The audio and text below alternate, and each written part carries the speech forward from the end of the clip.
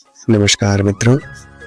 भगवान श्री कृष्ण की लीलाओं को समझ पाना अत्यधिक कठिन है। इस प्रकार श्री कृष्ण ने एक उंगली पर इतने बड़े विशालकाय गोवर्धन पर्वत को उठा लिया था और उसकी छत्र छाया में भयंकर प्रलयकारी वर्षा से संपूर्ण गोकुल वासियों की रक्षा की थी। इस वीडियो के माध्यम से आप इस वृत्तांत को अवश्य सुने और यदि इस YouTube चैनल पर आप नए हो तो इसे सब्सक्राइब करना ना भूलें और बेल आइकन अवश्य प्रेस करें। मित्रों, शास्त्रों में 5 महादोष बताए गए हैं: काम, क्रोध, लोभ, मोह और अहंकार। पहले 4 दोष काम, क्रोध, लोभ और मोह ये ऐसे दोष हैं जो छुपाए नहीं छुपते हैं। जैसे ही ये मन में आते हैं उसी क्षण ये दिखाई भी देने लगते हैं। परंतु अहंकार एक ऐसा सूक्ष्म दोष है जो मन में कब प्रवेश कर जाता है किसी को पता भी नहीं चल पाता है। स्वर्ग का राज्य अत्यधिक अनंत वैभवशाली है। वहाँ की प्रभुता और शक्ति का अपार नशा इंद्र से सहा नहीं गया, जिसका परिणाम ये हुआ कि उन्हें ऐसा लगने लगा कि सारे संसार को सिर्फ उनकी ही पूजा करनी चाहिए। जब भगवान श्री कृष्ण ने यह देखा तो उन्होंने दयावश इंद्र के अहंकार का मर्दन करने का निश्चय कर लिया। एक दिन नंद राय जी देवराज इंद्रदेव को प्रसन्न करने के लिए पूजा का आयोजन कर रहे थे। इस यज्ञ को महामुनि अभिलाष संपन्न करने वाले थे।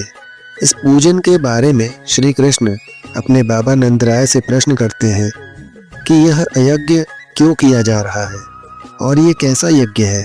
तब नंदराय उन्हें बताते हैं कि ये इंद्र देव को प्रसन्न करने के लिए यज्ञ किया जा रहा है।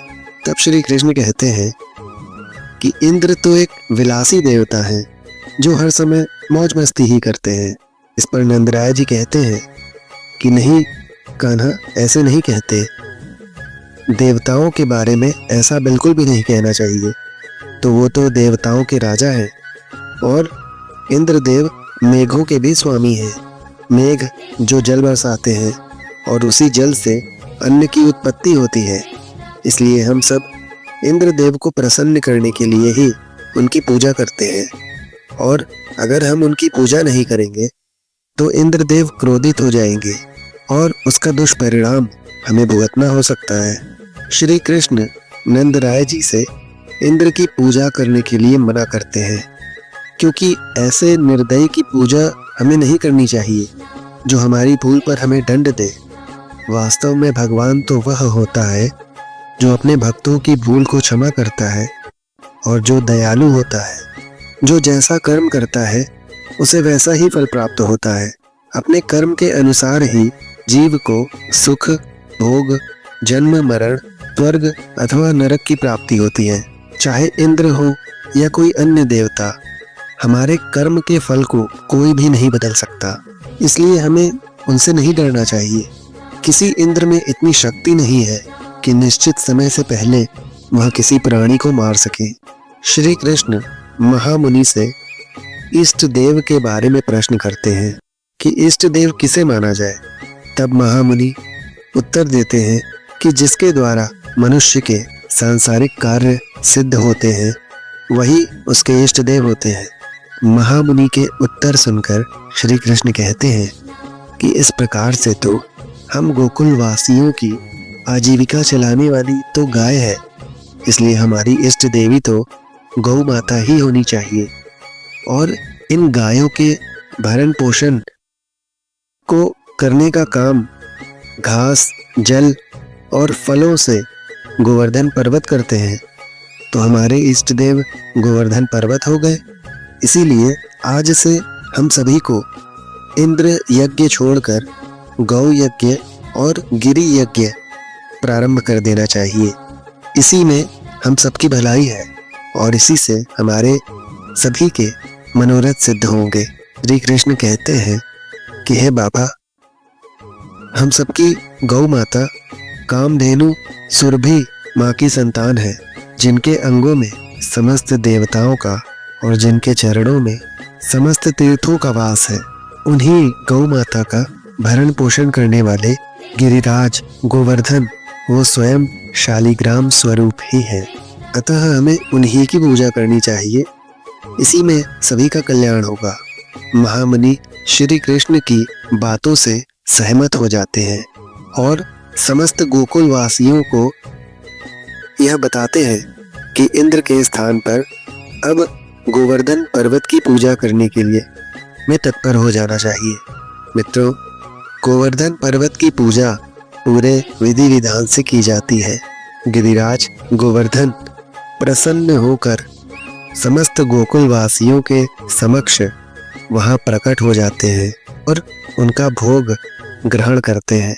महामुनि अभिलाष को बताते हैं कि श्री हरि चरणों में ही आपको मुक्ति प्राप्त होगी। उधर देवराज इंद्र को नंद राय के पुत्र श्री कृष्ण द्वारा उनके स्थान पर गाय और गोवर्धन पर्वत की पूजा कराए जाने की सूचना प्राप्त होती है। जैसे ही इंद्रदेव ने यह सुना कि गोकुलवासी उनकी पूजा छोड़कर एक पर्वत और गाय की पूजा कर रहे हैं, तो वो अत्यधिक क्रोधित हो जाते हैं और घमंड में आकर क्रोधवश मेघों के नायक सावर्तक को तुरंत उपस्थित होने का आदेश देते हैं, क्योंकि श्री कृष्ण द्वारा अपना अनादर किया जाना उन्हें अच्छा नहीं लगा। इंद्रदेव सावर्तक को ये आदेश देते हैं कि वो संपूर्ण गोकुल में प्रलय के बादलों से इतनी वर्षा करो कि गोकुल का सर्वनाश हो जाए। और सावर्तक की मदद के लिए स्वयं इंद्र भी अपने वाहन ऐरावत के ऊपर बैठकर उसके पीछे चल देते हैं। इंद्र की आज्ञा पाकर मेघों का नायक सावर्तक गोकुल पर प्रलय रूपी वर्षा करने लगता है। हर तरफ पानी भर जाता है।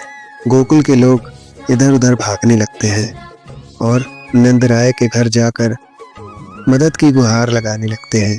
तब श्री कृष्ण नायक बनकर सभी को गिरिराज गोवर्धन पर्वत के समीप ले जाते हैं और गोवर्धन पर्वत से प्रार्थना करते हैं कि अब आप ही छत्र बनकर हम सभी की रक्षा करें।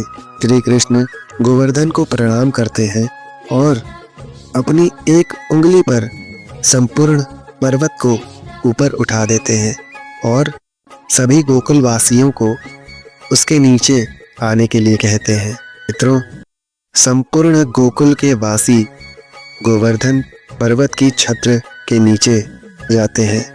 ये भी श्री कृष्ण की अद्भुत लीलाओं में से एक था। उधर इंद्र और सावर्तक मिलकर आंधी, तूफान, वर्षा गिरिराज पर्वत पर ही किए जा रहे थे, परंतु श्री कृष्ण की माया के आगे कुछ भी नहीं हो सकता। श्री कृष्ण की इच्छा के बिना तो पत्ता भी नहीं हिल सकता।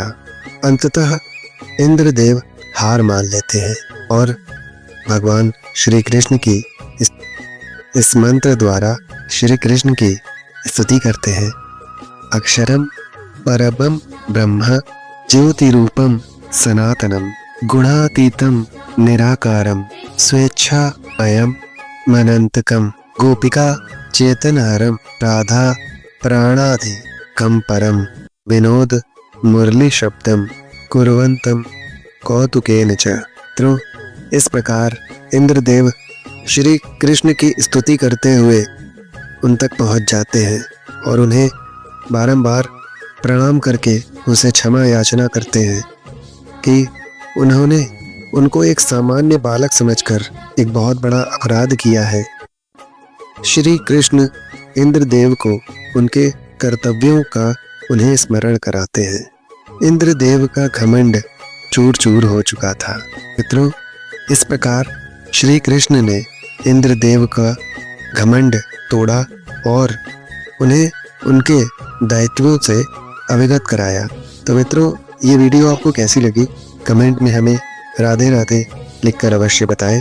और यदि ये वीडियो आपको अच्छी लगी हो तो उसको लाइक करना ना भूलें। धन्यवाद। राधे राधे मित्रों।